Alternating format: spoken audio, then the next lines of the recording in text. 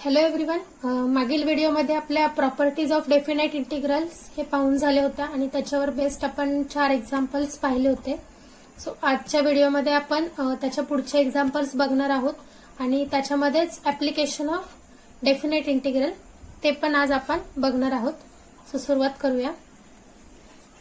Evaluate integration from 0 to 4 cube root of x plus 5 throughout divided by cube root of x plus 5 plus cube root of 9 minus x dx.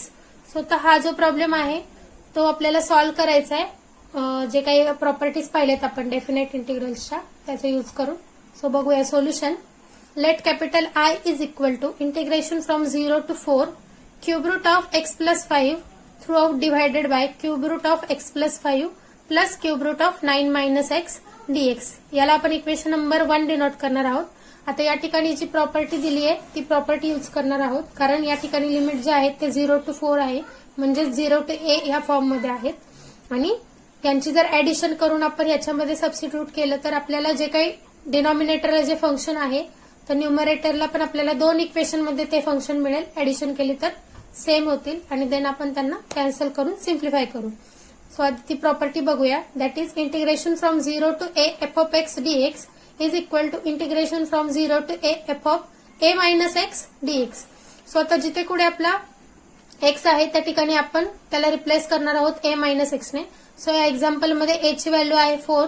So आपण x ला कशाने replace करणार आहोत 4 minus x ने. So next step येईल आपली capital I is equal to integration from 0 to 4 cube root of, इथे bracket मध्ये बघा 4 मायनस एक्स आहे. सो आपण एक्स ला कशाने रिप्लेस केले 4 मायनस एक्स ने and then plus 5 as it is throughout divided by cube root of x plus 5 आहे. सो एक्स ला रिप्लेस केले 4 मायनस एक्स ने then plus 5 as it is plus cube root of 9 minus x. So x ला again इथे आपण replace केले 4 minus x ने. आता हे जे काय आहे ते आपण ब्रॅकेट मध्ये लिहून घेतलेत. आता नेक्स्ट स्टेप हे सिम्प्लिफाय करूया. सो नेक्स्ट येईल equal to integration from 0 to 4. आता या ठिकाणी बघा 4 मायनस एक्स प्लस 5 आहे. So 4 plus 5 is 9 minus x as it is. So हे काय येईल cube root of 9 minus x throughout divided by again या ठिकाणी बघा cube root of 4 minus x plus 5. So 4 plus 5 is 9 आणि minus x as it is. So ते आलं cube root of 9 minus x plus या ठिकाणी बघा cube root of 9 minus 4 minus x आहे. सो ते मायनस साइन आतमध्ये मल्टिप्लाय होईल. So minus 4 plus x. So 9 minus 4 is 5 आणि plus x as it is and then dx. So हे झालं आपलं सिम्प्लिफिकेशन. आता याला जरा थोडंसं जे काही वरती एक्झाम्पल होतं आपलं मेन एक्झाम्पल त्याच्या टाईपमध्ये लिहून घेत आहोत. सो जस्ट मी ह्या टर्म इंटरचेंज केल्यात. So capital I is equal to integration from 0 to 4 cube root of 9 minus x throughout divided by cube root of x plus 5 plus cube root of 9 minus x dx. याला आपण equation number 2 denote करणार आहोत. So adding equation 1 and 2 we get I plus I. आता आपण equation add करतोय म्हणजे आपली left hand side आणि राईट हँड साइड दोन्ही ऍड होणार आहेत. सो लेफ्ट हँड साइडला I आहे दोन्हीकडे. So I plus I is equal to integration from 0 to 4 cube root of x plus 5 throughout divided by cube root of x plus 5 plus cube root of 9 minus x dx. हे आपलं equation number 1 होतं. Plus equation number 2 आहे हे that is integration from 0 to 4 cube root of 9 minus x throughout divided by cube root of x plus 5 plus cube root of 9 minus x dx. आता या ठिकाणी बघा इंटिग्रेशनचे जे काही लिमिट आहेत या दोन इंटिग्रेशन मध्ये ते सेम आहेत 0 to 4 and 0 to 4. At the same time जे काही डिनॉमिनेटरला फंक्शन आहेत cube root of x plus 5 plus cube root of 9 minus x तेच इथे आहे that is cube root of x plus 5 plus cube root of 9 minus x.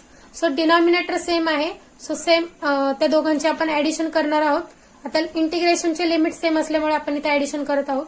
So next step येईल आणि या ठिकाणी पण I प्लस I काय होईल 2I होईल is equal to integration from 0 to 4. आता इथे न्यूमरेटरला आहे cube root of x plus 5 आणि इथे प्लस काय होईल cube root of 9 minus x. So हे येईल cube root of x plus 5 plus cube root of 9 minus x throughout divided by ह्या दोन्हींचा बेस सेम असल्यामुळे तो एकत्रित येईल फक्त एकच that is cube root of x plus 5 plus cube root of 9 minus x dx. आता या ठिकाणी बघा हे दोन्ही फंक्शन जे आहेत न्यूमरेटर आणि डिनॉमिनेटरचे दोन्ही सेम आहेत. सो ते कॅन्सल होऊन जाईल नेक्स्ट आपल्याला मिळेल 2i is equal to integration from 0 to 4 1 into dx.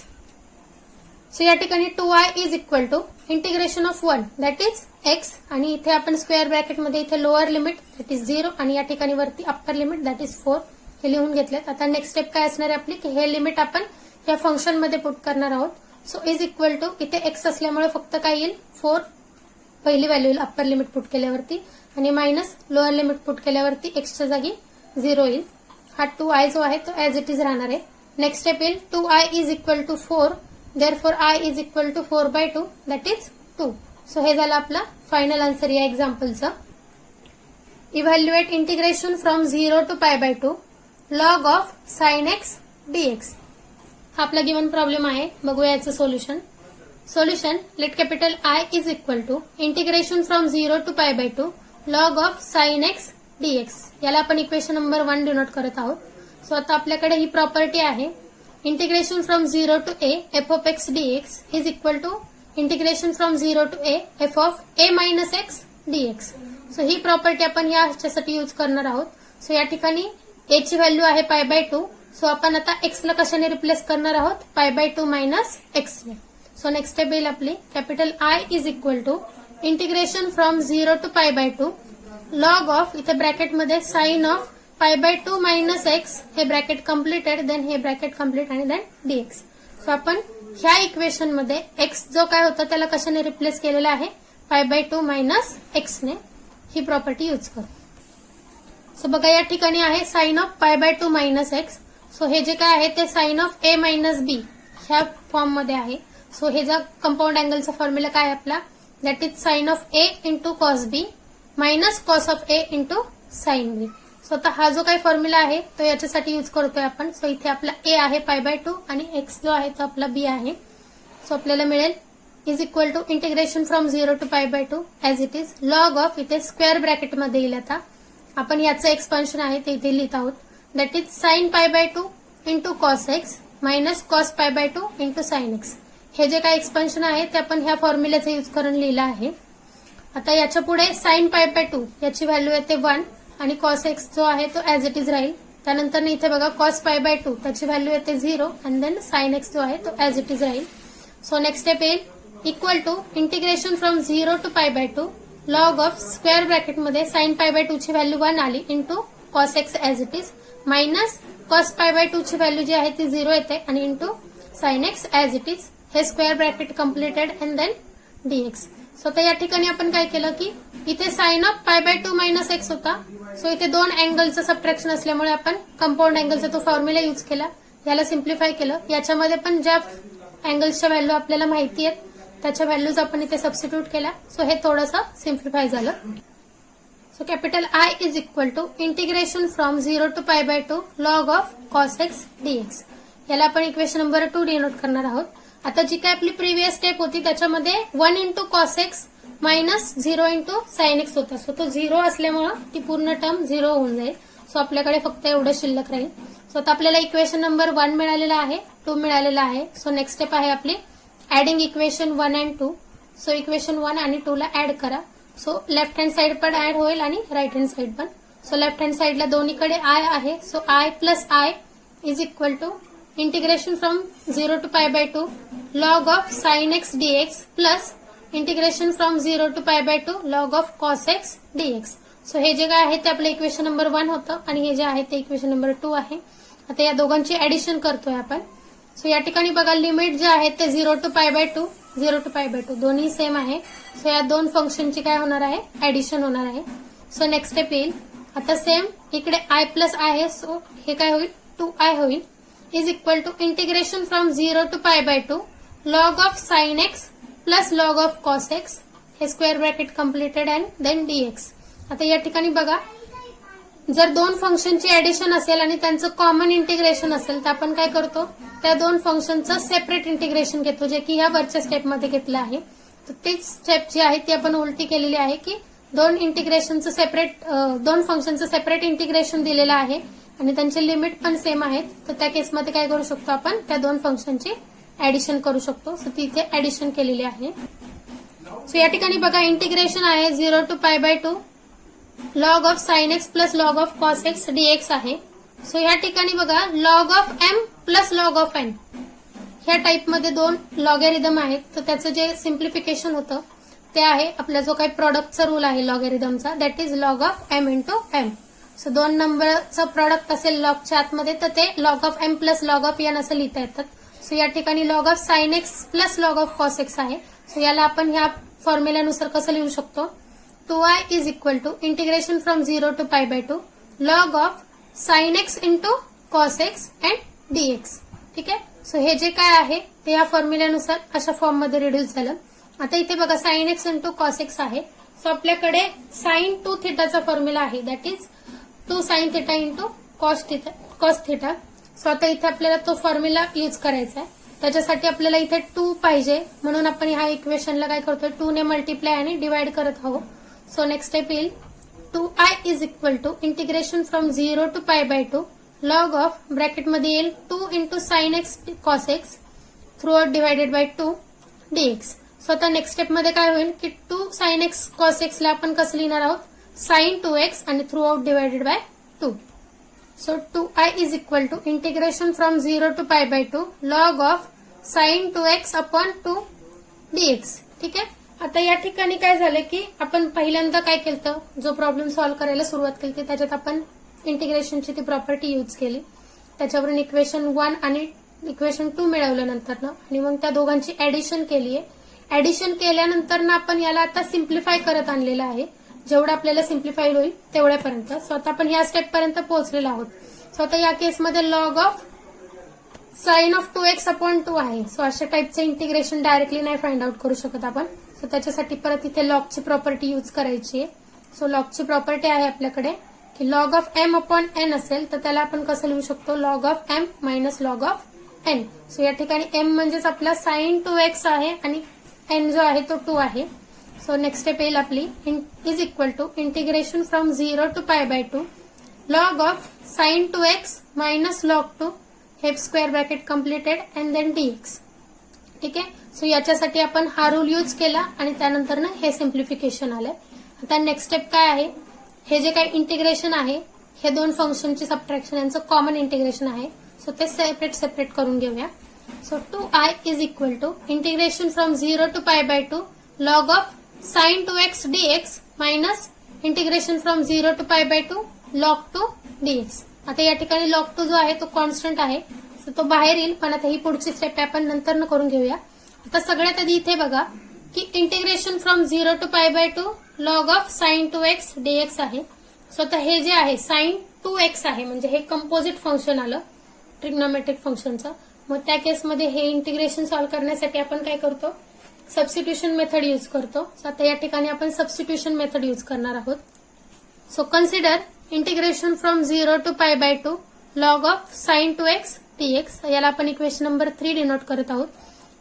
So इथे जे काही इक्वेशन होतं त्याची व्हॅल्यू आपण सेपरेटली फाइंड आउट करणार आहोत आणि देन मग या इक्वेशन मध्ये सबस्टिट्यूट करणार आहोत. सो आता या ठिकाणी बघा साइन 2x आहे. सो आपल्याला काय करावं लागेल, या 2x ला t सबस्टिट्यूट करावं लागेल. So put 2x is equal to t. So differentiate with respect to x. So we get 2xचं जे काही डेरिव्हेटिव्ह आहे ते 2n इज इक्वल टू टीचं डेरिव्हेटिव्ह येईल with respect to x dt by dx. आता या ठिकाणी बघा फक्त dx आहे.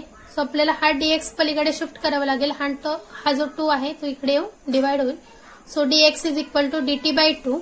आता हे झाले आपले सबस्टिट्यूशन केल्यानंतरच्या पहिल्या स्टेप्स की व्हॅल्यूज सगळे आपण ज्या काय आहेत त्या टी मध्ये कन्वर्ट करून घेतल्यात. पण आता हे डेफिनेट इंटिग्रेशनचे प्रॉब्लेम आहेत त्यामुळे इथे काय होतात की जसे तुमचं व्हेरिएबल चेंज होतं एक्स मधून टी मध्ये तसे त्याचे लिमिट्स पण चेंज होतात. सो आता ते लिमिट चेंज करण्यासाठीचा टेबल मी इथे तयार केलेला आहे. सो इथे एक्स आहे आणि इथे टी आहे. सो आपल्याकडे एक्सचं लोअर लिमिट आहे 0 आणि upper limit is pi by 2. So आता ह्या ज्या दोन व्हॅल्यू आहेत त्याचा यूज करून आपण टीचं लोअर लिमिट आणि अप्पर लिमिट फाइंड आउट करणार आहोत. सो बघा हे जे काही इक्वेशन आहे T is equal to 2x. ठीक आहे, किंवा 2x is equal to t. So ह्याच्यामध्ये लोअर लिमिट टाका एक्सचं. काय लोअर लिमिट 0. सो 2 इंटू 0 0 येईल म्हणजे टीची आपल्याला व्हॅल्यू काय मिळेल 0 मिळेल. हे झालं आपल्या टीचं लोअर लिमिट. आता सेम एक्सचं हे जे काही अप्पर लिमिट आहे ते याच्यामध्ये सबस्टिट्यूट करा. So 2 into pi by 2 so 2 2 cancel होतील आणि फक्त काय राहील, पाय राहील. सो त्या ठिकाणी आपल्याला काय मिळेल, टी इज इक्वल टू पाय. सो हे काय झालं, टीचं अप्पर लिमिट.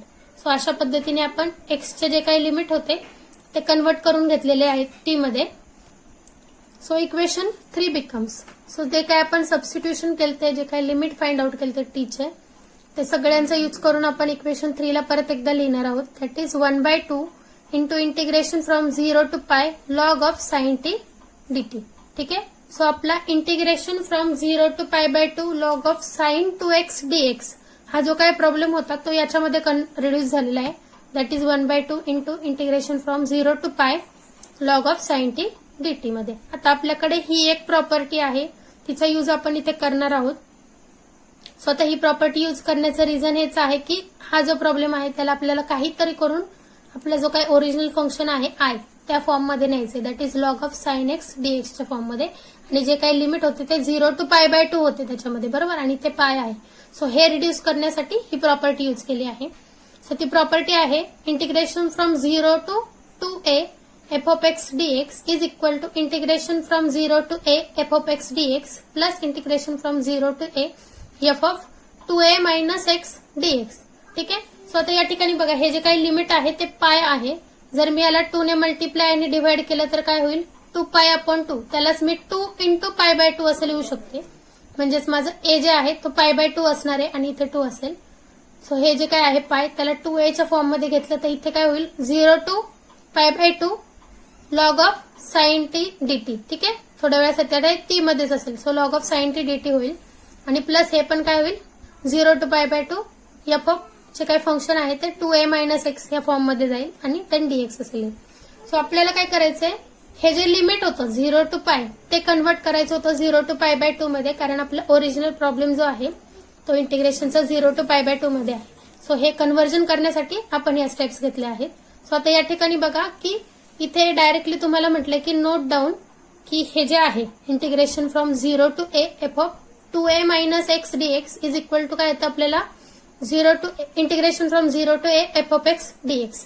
म्हणजे थोडक्यात काय की ह्या फंक्शनची जर आपण म्हणजे ह्या इंटिग्रेशनची जर व्हॅल्यू आपण फाइंड आउट केली तर ती जी व्हॅल्यू आहे तर ती हीच व्हॅल्यू येते. म्हणजे ह्या दोन्ही हीच व्हॅल्यू इकडे येते परत.